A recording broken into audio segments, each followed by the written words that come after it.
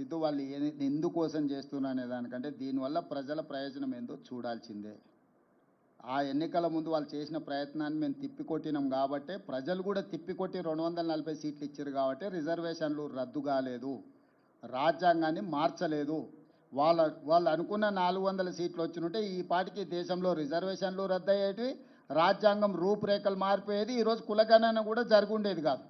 ఆ రోజు ప్రజలు మేము అప్రమత్తం చేసినాం కాబట్టి వాళ్ళకి సంపూర్ణమైన మెజారిటీ ఇవ్వకుండా 240 సీట్లు ఇచ్చారు కాబట్టి సంకీర్ణ ప్రభుత్వంలో వాళ్ళు అనుకున్న ఎజెండాను అమలు చేయలేని పరిస్థితిలో ఇప్పుడు ఈ సంకీర్ణ ప్రభుత్వాన్ని కాపాడుకోవాలంటే కులగణన చేసి తీరవలసిందే.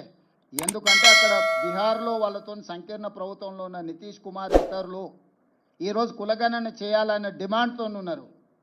మొన్నటి వరకు మీరు చెప్పిన నరేంద్ర మోడీ గారు బీజేపీ కులగణనకు వ్యతిరేకంగా మాట్లాడిండు కదా. రాజ్నాథ్ సింగ్ గారు అఫీషియల్గానే చెప్పిండు, సుప్రీంకోర్టుకి చెప్పిండు మేము చెయ్యము అని, అఫిడవిటే ఇచ్చిండు. ఎందుకు మారింది? మేము ఎన్నికల ముందు, పార్లమెంట్ ఎన్నికల ముందు ప్రజల్ని అప్రమత్తం చేసినాం కాబట్టి ప్రజలు మోడీకి సంపూర్ణమైన మెజారిటీ, ముఖ్యంగా 400 సీట్లు ఇవ్వకుండా తిరస్కరించడంతో by political compulsion he has decided to take up this issue. So మేము ఏదైతే ప్రయత్నం చేసినామో రాహుల్ గాంధీ గారి భారత్ జోడో యాత్ర దేశ ప్రజలకు ఉపయోగపడ్డది. ప్రతిపక్షం, మేము పాలకపక్షం వస్తే నిర్ణయాలు చేస్తాం, ప్రతిపక్షంలో ఉంటే ప్రభుత్వాన్ని ఒత్తిడి చేస్తాం. ఇదే కదా ప్రజాస్వామిక స్ఫూర్తి. మా ఒత్తిడితోని ఈరోజు కేంద్ర ప్రభుత్వం ముందుకు వచ్చింది, అమలు చేస్తుంది.